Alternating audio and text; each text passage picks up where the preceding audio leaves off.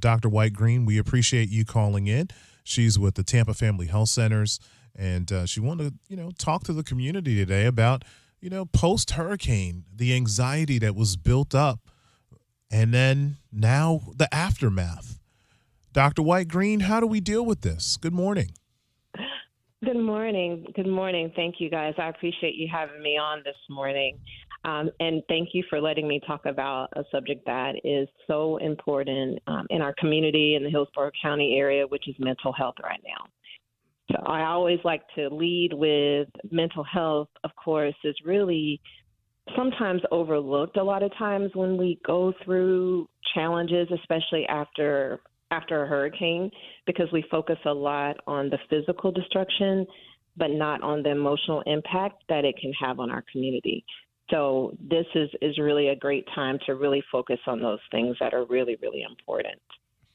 Absolutely. As a psychiatrist, as a psychiatrist, so I am the director of behavioral health services at Tampa Family Health Centers, and Tampa Family has 16 physical locations, community health clinics throughout Hillsborough County.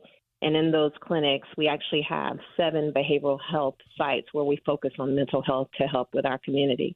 But one of the first things that I make sure to talk about is that a lot of times these types of disasters affect us not only as individuals, but as families and just our community overall. So acknowledging that we're anxious and sad and a lot of times overwhelmed during this time is really completely normal. So this is a time to really help people understand that even in the midst of everything and sometimes feeling isolated, that a lot of people are going through the same things, if that makes sense. It absolutely does. Yeah. And, this collective anxiety, I think that we all felt leading into it. Some of us, we were talking to friends, we couldn't put our words together to explain it. But right. You have to consider, we've had 2 storms bear down on this area, and the mass hysteria that comes along with that from media and from friends and family that don't live in Florida. They're well-meaning, they call, but it gets you really concerned because they're worked up, and now you're worked up, and everybody around you is on edge, and it's just like you can feel this electricity going on, and it's not healthy. Right.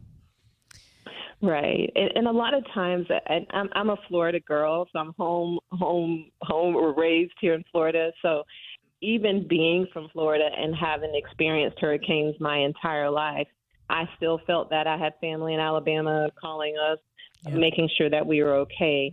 And a lot of times what happens is we have our own level of stress, and then our family members who may be from another area or even from Southern Florida or whatever, that they also bring a certain amount of stress for us. And I think that's why it's really important to really recognize during this time of what stress can look like. So, when we're talking about mental health, it's really about how we're thinking and feeling and acting. And it's really where our wellness is, our emotional wellness, our psychological wellness, and how can we begin to get back to some aspect of normalcy, but also recognizing that some things, truly have changed. As you mentioned, there's some things that have changed after going through 2 major disasters in our area.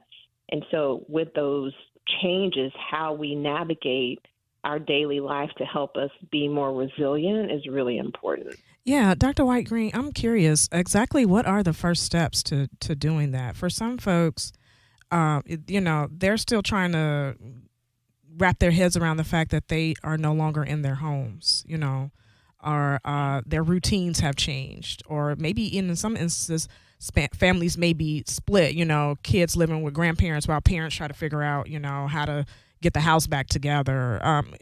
What's the first line of the first step you take to getting back to whatever your normal used to be? Yeah, no, that's a great question. I think the first thing is to understand that we're not isolated in these experiences. And that's why I really appreciate, you bringing this up today, is that I think the first step is knowing that we're not alone, and knowing that, distress and stress can affect, across the lifespan. So it may be different for children. It may be different for adults or older adults. And those symptoms can be difficulty sleeping, irritability, trouble concentrating, and sometimes even having a sense of hopelessness, especially when you're going through, a significant amount of, as you said, there's physical destruction and you're navigating the system and FEMA and getting back to work and taking care of kids who are not in school for a certain period of time. All of those things are real. And so I think the first step is really understanding that you're not isolated, and community connection is really important at this time, and reaching out to loved ones and talking to neighbors. I often talk to my patients, and what we've really said is, if you don't mind me just talking about what I call our STORM program. Please. And what that is it's 5 different steps. And so STORM stands for, the S is stay connected, which means staying connected with the people that you care about and not isolating, whether it's going back to church or whether it's staying connected with your mom or with your spouse or children and checking on them. So the S is staying connected. The T is taking time for yourself, because even though we're navigating such physical destruction and so much emotional ups and downs, taking time for yourself, whether it's just going in the bathroom and listening to music or taking a quick 5-minute walk. So the T is taking time for yourself. The O is organizing tasks and priorities, because we can only get to so many things in a day. And I think a lot of times the overwhelm of what we need to do in prioritizing what's important. And so the O is just organizing the most important things that you have to do, and really giving yourself credit when you maybe just check one thing off of your list. The R is the one that I really focus on, is recharging and relaxing at some point. Recharge may be taking a nap. Recharge may be reading your Bible or praying. So the R is relax and recharge. And then the M is really managing your expectations, because, a lot of us are type A people, and we want to do 500 things in a day and then feel bad a lot of times when we don't. So the M is really managing your expectations and knowing that this is a process and that it's going to take time to get back to, some sense of normalcy, and knowing that that's okay. So staying connected, T, taking time for yourself, O, organizing your tasks and priorities, relaxing and recharging, and then the M being managing your expectations. So I tell people we can get through the storm by using this STORM method. That's incredible. Yeah. Never heard that before. I hope you go patent it before Kenya steals it. Hey. But no. You can't take it. All right. Take it. Now, and I said it first on your radio show. Everybody heard us. Everybody heard us. Well, Dr. White Green, it's incredible, because right before you called in, I was talking about the need to talk to our kids. And, and the work that you do as a child psychiatrist. It's pretty amazing. I mean, you're talking about less than 5% of all the child psychiatrists in the country are African American, and there's only 8,300 child psychiatrists in the United States, and you're one of those. Correct. That's an amazing accomplishment to be in such a small number.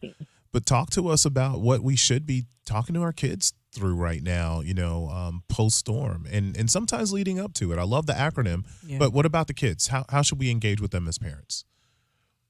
Right. And so I think when we talk, and thank you for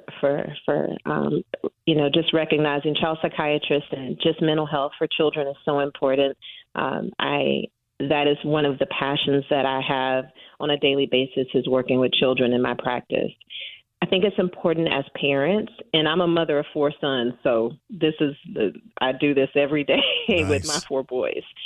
So it's important, number one, to pay attention to how your children are coping.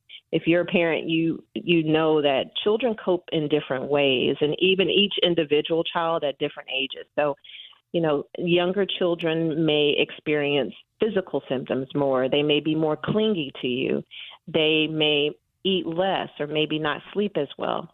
And as they get older, especially going through this type of stress, they may withdraw from social activities. They may be a little bit more angry or more irritable than normal if they're a teenager. So it's important to help them understand that it's okay to feel scared or feel sad. And it's also, as a parent, we try to be, perfect a lot of times in front of our children. But it's important to let our kids know that we're also, we understand what they're going through because we're going through it as well. And what that does is it normalizes how they feel. I'm a really big proponent on not just talking as a family and putting together things on a day-to-day, but also understanding that it's okay to normalize mental health resources and speaking with a mental health professional, especially pediatric therapists, because they can work with children through play and in other ways to help them. So, number one, making sure that they don't feel isolated. Number two, recognizing their symptoms. Number three, as a parent, letting them know that we're all going through this together. And then if you start seeing symptoms that may be more concerning of being more isolated, or they may just say to you that they're sad or depressed, to reach out for mental health services. And that to me is sort of the best approach with young children. Yeah. Dr. White-Green, I'm so glad you brought that up, because for some folks, there's a strong stigma against reaching out outside of your, family or church or, the immediate circle around you to get help. Yeah. Can you please, a lot of folks feel like that, whatever they're going through, they just need to shoulder it themselves. We know that's not the best way to go about handling things. What can we do to really, understand that it is okay to get help? It is okay to talk to a licensed professional, someone who has been trained to kind of help you navigate, the tricky waters, that can sometimes come up when we're dealing with mental and emotional health. Because I just feel like for so many folks, they unfortunately tend to take on more than they can handle. And by the time they recognize it, it's a little too late.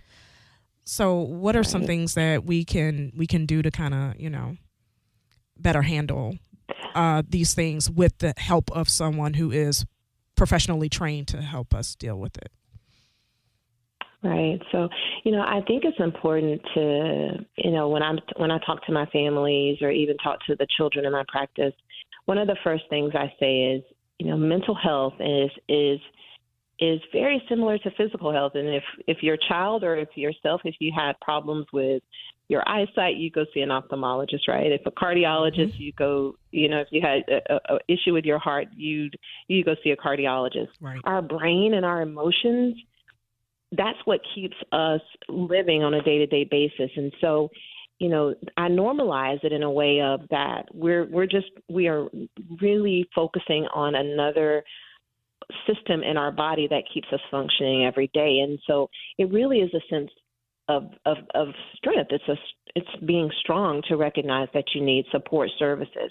I never take away from the fact of, spirituality and reaching out to church and things like that. I tell people it's important to have a spiritual basis, but what a mental health professional does is also adds to that, so that on a day-to-day basis, they can help you navigate, the different things that come up. And it's okay to really understand that reaching out, having a mental health professional really helps you in every aspect of your life, whether you're a child, if you're an adult, married, single, that it can help you feel better in so many different ways. And so you're right. In our community, a lot of times, mental health diagnosis is looked a lot of times down upon. Yeah. But I tell people it really, when we can recognize that we do need services, and so many people will tell you that when they did see a therapist, or even if they were on medication, a lot of times that was the best decision that they made, because it really did help them become a better person overall. Dr. White-Green, we've got about a minute left, and I love the fact that you said, I am a psychiatrist. You want to make that clear, because there's a difference between a psychologist and a psychiatrist. Mm-hmm. If someone is in need of services, and the services of a psychiatrist, meaning they need medication and they need someone that can prescribe it, correct? Mm-hmm. Yeah, correct. How can they find you? How can they find Tampa Family Health? Correct. Thank you. Yeah. And so as a director of behavioral health services, I actually oversee and manage therapists, psychologists, psychiatrists, case managers, but specifically if they'd like to see me and utilize our services, it's TFHC.org. So Tampa Family Health Center, TFHC.org. And our number is area code 813-397-5300. And we're the largest federally qualified health center in Florida, and we have over 16 centers. So West, North, South Tampa, Brandon, you can pretty much find us all over, but you can utilize that number to connect with me and receive services. Dr. White Green, thank you so much for getting up with us and helping the community. We would love to have you back in the near future. Yes, please. Come back and see us. Oh, well, thank you so much. And I just want to tell your listeners to make sure that they take care of themselves so that they can take care of the people that they love as well. So thank you all so much and have a great morning. Thank you again. You're listening to 101.5 The Vibe, Tampa Bay's only R&B, and Frontpage Tampa Bay with Edwin Narain. We'll be right back.